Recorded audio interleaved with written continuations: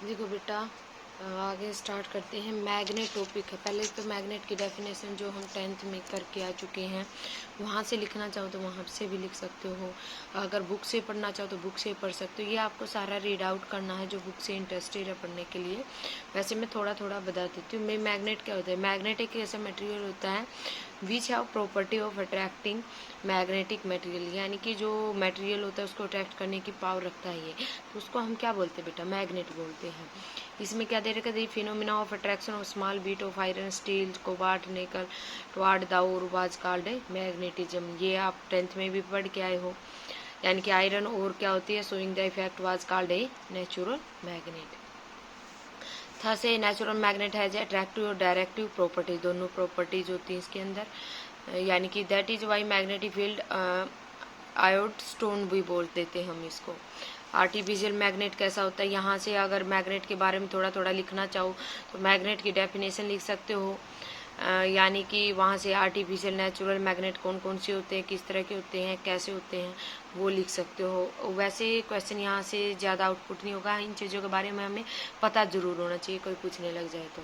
Bar magnet क्या होता है बेटा? एक simple bar magnet has 2 pole होते हैं, नॉर्थ पोल और south pole, other is south pole. यानी कि ये क्या, इसको हम क्या बोलते हैं? बार मैग्नेट बोलते हैं बेटा। यानी कि कॉमनली इसका यूज हम आर्टिफिशियल मैग्नेट में करते हैं। ठीक है बेटा। इसके बाद है some basic of magnetism. Bar magnet की यानी कि प्रॉपर्टीज हैं ये।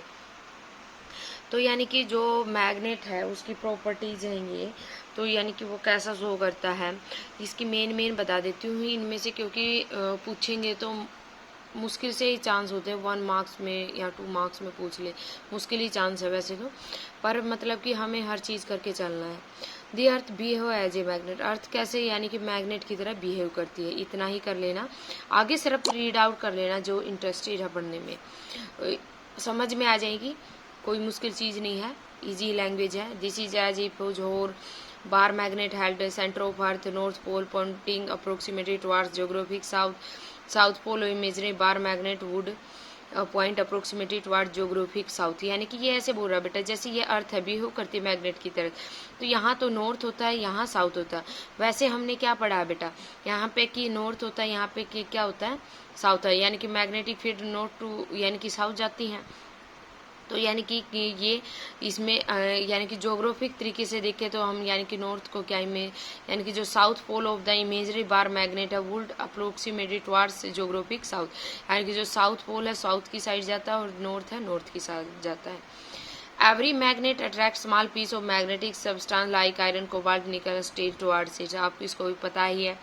यानी कि जो प्रत्येक यानी कि स्मॉल पीसीज है जो मैग्नेटिक सब्सटेंस के बने हुए, जैसे आयरन कोबाल्ट निकल, उनको क्या करते हैं? अट्रैक्ट करते हैं। When a magnet is suspended freely with the help of a spoon thread, it comes it rest along the north south direction। यानी कि ये बोल रहा है कि किसी धागे से हमने यानी कि कोई भी मैग्नेट को सस्पेंड कर दिया, तो यानी कि वो नॉर्थ यानी कि जो हमारी कम जो यानी कि नॉर्थ साउथ डायरेक्शन में आ जाता है। तो यानी कि इसको पढ़ो बेटा, इसको देखो, इसका ये सिर्फ लिखना तो हमें ये यहाँ तक याद करना है। वैसे समझा देती हूँ ये चीज़ क्या होती है हमारी। जो यानी कि जो pole of the magnet which point ward geographic north is called north pole. यानी कि जो जोग्राफिक तरीके से होता है ना, यानी कि जो हमारा नॉर्थ जो पोल ऑफ द मैग्नेट होता है वो जो नॉर्थ है ना, जो वो नॉर्थ पोल की साइड जाएगा। वैसे तो हम क्या बोलते हैं? नॉर्थ तो एक दूसरे को रिपेल करते हैं और साउथ रिपेल करते हैं, लेकिन ये जोग्राफिक की बात कर रहा है, जोग्राफिक। तो pole which point ward geographic south called is south. यानी कि साउथ जोग्राफिक को यानी कि जोग्राफिक तरीके से साउथ पोल को हम क्या बोलेंगे? साउथ पोल की साइड ही जाएगा वो। इसका कहने का मतलब ये है। यानी कि जिस तरह ये है ना, वैसे तो हम नॉर्थ और साउथ बोलते हैं अर्थ पे, ये साउथ और नॉर्थ होते हैं, लेकिन हम वैसे देखें तो हम ये पढ़ के आए नॉर्थ और साउथ होते हैं। यानी कि कोई भी यानी कि जो हमने साउथ जोग्राफिक तरीके से होगा तो वो यानी कि साउथ वाला साउथ की साइड जाएगा और नॉर्थ वाला नॉर्थ की साइड जाएगा। इसके बाद है like pole repel each other and unlike pole attract each other. यानी कि जो हमें पता है भी, जो लाइक नॉर्थ है वो क्या एक दूसरे रिपल्सन करेंगे, और जो नॉर्थ और साउथ है वो क्या करेंगे? एक दूसरे को अट्रैक्ट करेंगे। ये वो ही लिख रखा है। इसके बाद है दी फोर्स ऑफ अट्रैक्शन और repulsion between two magnetic pole of strength F1 M2 separated by a distance R is directly proportional to the product force strength and inversely proportional to the square of distance between their center. ये आप बिल्कुल easily तरीके से, जिसको coulombs law याद है वहाँ से कर सकते हैं हम, वो याद हो गया तो ये अपने आप याद। यानी कि force of attraction repulsion, attraction या रिपल्सन किसके बीच में होगा, एफ, बिटवीन किसके, मैग्नेटिक दो पोल्स ऑफ स्ट्रेंथ होंगे M1 और M2, वो सेपरेटेड किससे होंगे, बाई ए डिस्टेंस R से। R क्या है, यानी कि जो M1 M2 क्या है, डायरेक्टली प्रोपोर्शनल है, और यानी कि R is directly proportional to the product of pole strength, ठीक है। इनवर्सली प्रोपोर्शनल किसके हैं, square of distance between their centre. तो यानी कि इसको आप डायरेक्टली कर सकते हो, आप यानी कि डायरेक्टली प्रोपोर्शनल किसके, M1 M2 के, दो स्ट्रेंथ दे रखी है हमारी पोल स्ट्रेंथ, और इनवर्सली प्रोपोर्शनल R स्क्वायर के M1 M2 करेंगे, के क्या हो गया, मैग्नेटिक फोर्स, के इक्वल टू क्या होता है, म्यू नॉट अपॉन 4 पाई, ये आपको वैल्यू पता ही है, ये मैं सारा बता चुकी हूँ। ये वैल्यू कहाँ से आती है हमारी, mu naught is absolute magnetic permeability of free space में, एयर वैक्यूम में क्या हो जाएगी, आप equal to mu naught upon 4 pi M1 upon M2 square. ये आप कर सकते हो।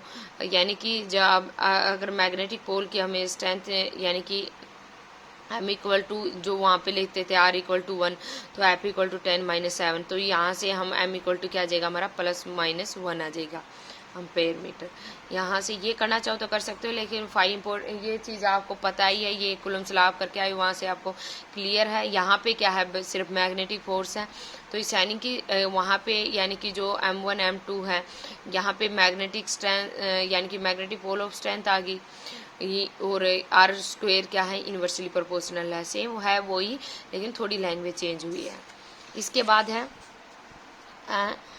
ये magnetic pole always exist in pair pole और magnet never can never be separated, magnetic monopoles do not exist. यानी कि जैसे हमने ये है, यानी कि जैसे हमने कोई भी मैग्नेट उसको अगर हम तोड़ देते हैं, यानी कि पार्ट में डिवाइड कर दिया हमने, ये साउथ पोल है तो बेटा ये कौन सा होगा, नॉर्थ होगा, फिर ये कौन सा होगा, साउथ होगा, ये नॉर्थ होगा। अगर तोड़ेंगे भी तो मतलब कि हमारे पोल थोड़ी चेंज होंगे, ये साउथ ये नॉर्थ।